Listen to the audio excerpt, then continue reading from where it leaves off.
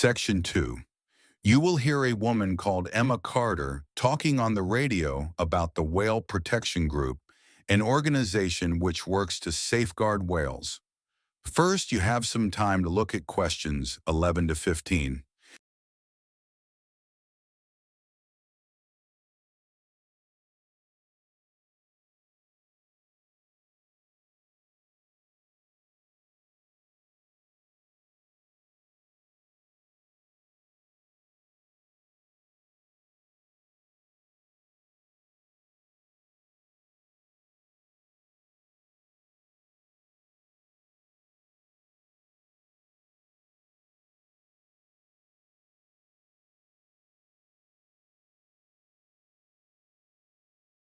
Now listen carefully and answer questions 11 to 15.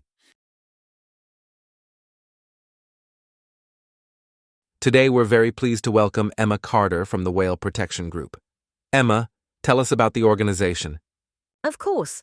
The group was created to help protect whales in oceans across the globe. We focus on informing the public about the dangers these magnificent animals face, from ocean pollution to noise disturbance and more. The group began a decade ago and has quickly become one of the fastest expanding wildlife charities here, though we're still quite small compared with major environmental groups. What we're especially proud of is our focus on teaching and learning. Just last year, we visited many schools nationwide to speak with students aged between 5 and 18. Children make up around 35% of our total membership. That's a huge encouragement for us. Most of the money we raise supports advocacy projects, such as pressing for changes to fishing laws and regulations. And we're planning to hire our first marine scientist very soon, a specialist in whale behavior, who will track and study different groups of whales. Naturally, a lot of what we do relies on people volunteering their time. Right now, we have volunteers helping with data collection, admin tasks, and even fundraising campaigns. That's very inspiring. Have you received any formal recognition? Yes, we were awarded a prize by the National Charity Board last year, especially for our work in educational outreach. It didn't involve a huge cash grant, but it has helped to raise awareness of what we do and led to more people learning about us. In the future, we hope this recognition will encourage more people to get involved with the group. Can people actually spot whales in UK waters? Yes, absolutely. There are several great locations, and one of our biggest projects is located on the northern coast of Wales. That area has always attracted whales because of the calm waters and very limited marine traffic. Sadly, that might not last much longer. Some energy companies want to start drilling for gas there, which we're very concerned about. Although drilling itself causes minimal pollution, the noise levels from the machinery are extremely disruptive. Whales depend on sound to communicate and rest. Constant noise affects their ability to do both. Is that what got you interested in working in this area? It is.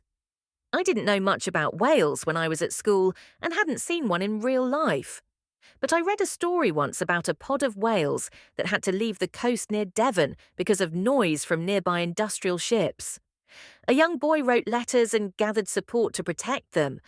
That story really moved me. I couldn't stop reading it. And since then, I've been passionate about whale protection. Before you hear the rest of the talk, you have some time to look at questions 16 to 20.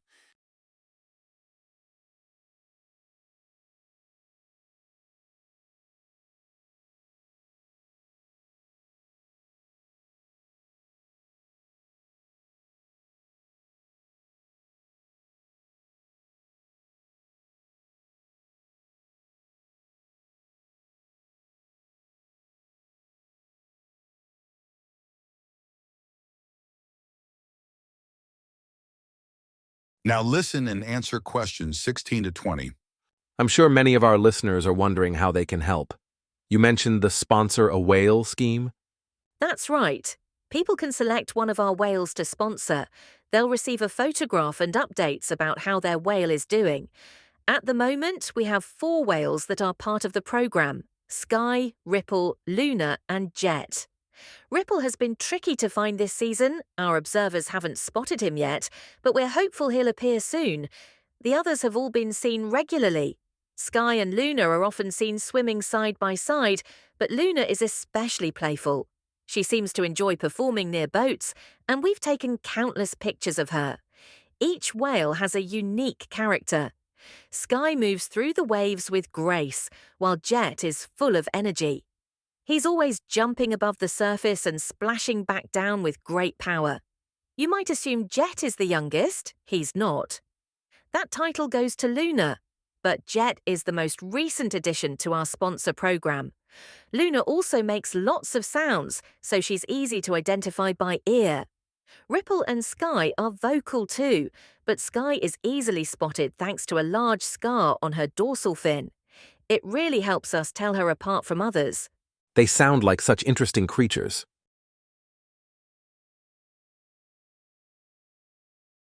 That is the end of Section 2. You now have half a minute to check your answers.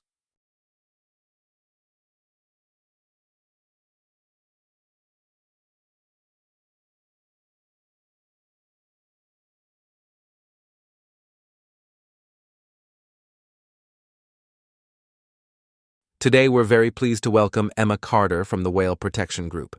Emma, tell us about the organization. Of course, the group was created to help protect whales in oceans across the globe. We focus on informing the public about the dangers these magnificent animals face, from ocean pollution to noise disturbance and more. The group began a decade ago and has quickly become one of the fastest expanding wildlife charities here, though we're still quite small compared with major environmental groups. What we're especially proud of is our focus on teaching and learning. Just last year, we visited many schools nationwide to speak with students aged between 5 and 18.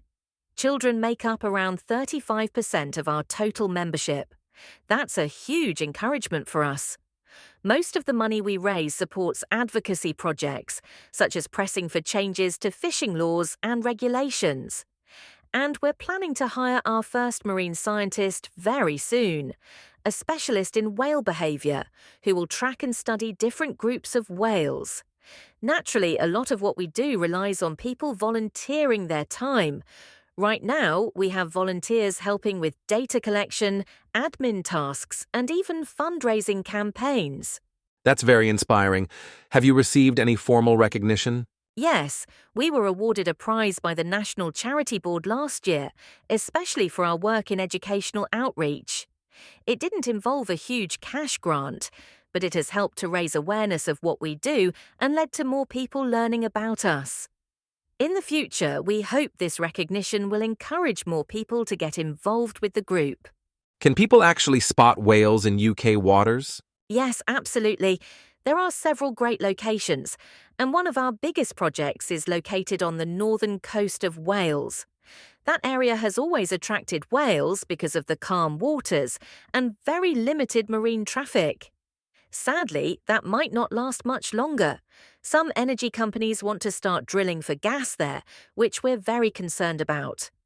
Although drilling itself causes minimal pollution, the noise levels from the machinery are extremely disruptive. Whales depend on sound to communicate and rest. Constant noise affects their ability to do both. Is that what got you interested in working in this area? It is. I didn't know much about whales when I was at school and hadn't seen one in real life. But I read a story once about a pod of whales that had to leave the coast near Devon because of noise from nearby industrial ships. A young boy wrote letters and gathered support to protect them. That story really moved me. I couldn't stop reading it. And since then, I've been passionate about whale protection. I'm sure many of our listeners are wondering how they can help. You mentioned the Sponsor a Whale scheme? That's right. People can select one of our whales to sponsor. They'll receive a photograph and updates about how their whale is doing. At the moment, we have 4 whales that are part of the program: Sky, Ripple, Luna, and Jet. Ripple has been tricky to find this season. Our observers haven't spotted him yet, but we're hopeful he'll appear soon. The others have all been seen regularly. Sky and Luna are often seen swimming side by side, but Luna is especially playful. She seems to enjoy performing near boats, and we've taken countless pictures of her. Each whale has a unique character. Sky moves through the waves with grace, while Jet is full of energy. He's always jumping above the surface and splashing back down with great power. You might assume Jet is the youngest. He's not. That title goes to Luna, but Jet is the most recent addition to our sponsor program. Luna also makes lots of sounds, so she's easy to identify by ear. Ripple and Sky are vocal too, but Sky is easily spotted thanks to a large scar on her dorsal fin. It really helps us tell her apart from others. They sound like such interesting creatures.